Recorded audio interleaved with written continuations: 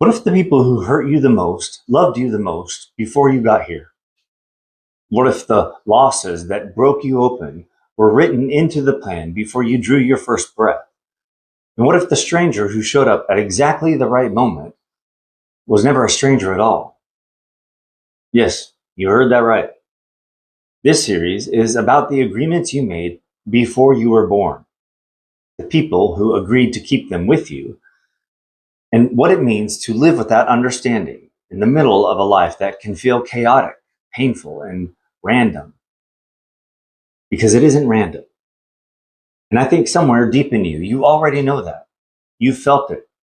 That person who walked in at exactly the right moment. That loss that broke you open into something you couldn't have become any other way.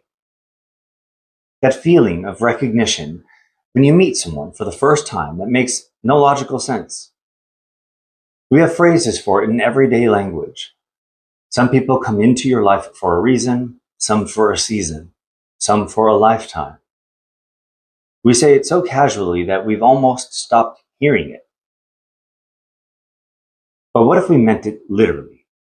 What if the reason and the season were decided before you arrived? I want to tell you about a man named Dr. Michael Newton. He was a certified hypnotherapist and counseling psychologist. He started out skeptical, deeply skeptical, about anything beyond the physical world. And then one of his clients, under deep hypnosis, began describing what happened between their lives. Not a past life, the space between lives, the place where the soul exists before it chooses to return. Newton was unsettled enough by what he heard that he kept going. Over a 30-year career, he worked with hundreds of clients, people from different countries, different religions, different backgrounds, different belief systems. And what they described, independently, consistently, in remarkable detail, was the same. They described returning after death to something like a home, a cluster of souls, typically around 15, who had been traveling together across multiple lifetimes, learning together, supporting each other, playing different roles in each other's lives, in each other's stories across hundreds of years. And before each new incarnation, they described a process of planning, of choosing, of sitting with the souls they would encounter in the life ahead and making agreements about what they would do for each other.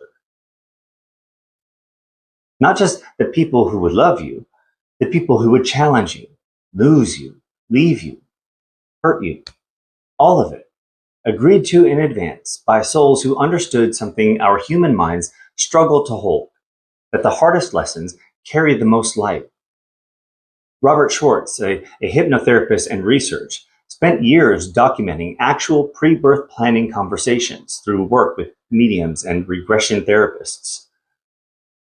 What he found changed everything he believed about suffering.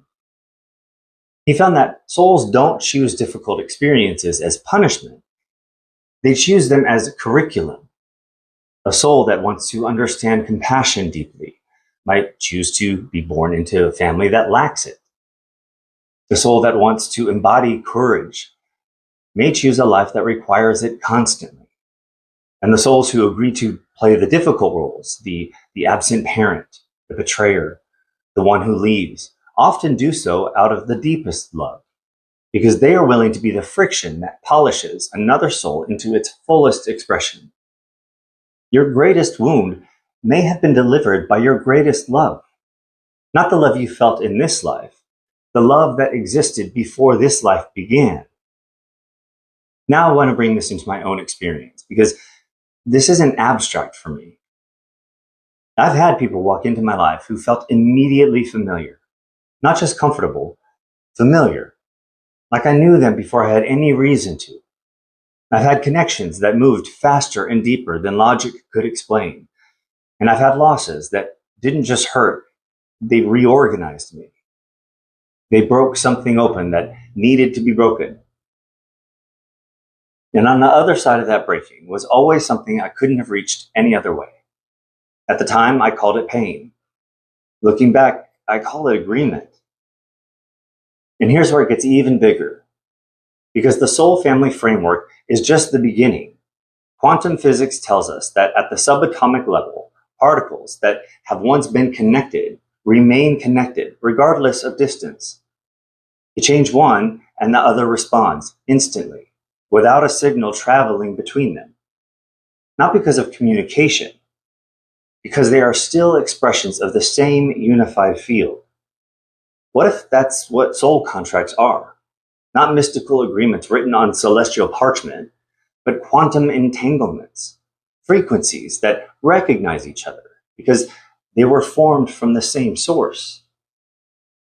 And when those frequencies meet in physical form, in a classroom, in a coffee shop, in a family, in a moment of crisis, something in the body knows. Before the mind even catches up, before logic has a chance to interfere, something just knows. That knowing is not imagination. It is recognition. Soul recognizing soul. Frequency remembering frequency. The contract making itself known through the only language that predates every word. Feeling. So here's what I want you to sit with as we begin this series together. Think about the people in your life who have mattered the most to you. The ones who shaped you. The ones who broke you open. The ones who arrived at impossible moments. The ones who left and took something with them that you're still processing.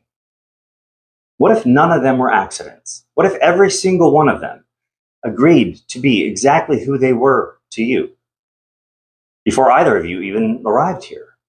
And what if you agreed to be that for someone else right now in ways you may not even be aware of yet? You are not just living your life. You are keeping agreements. Some you remember as love. Some you remember as loss.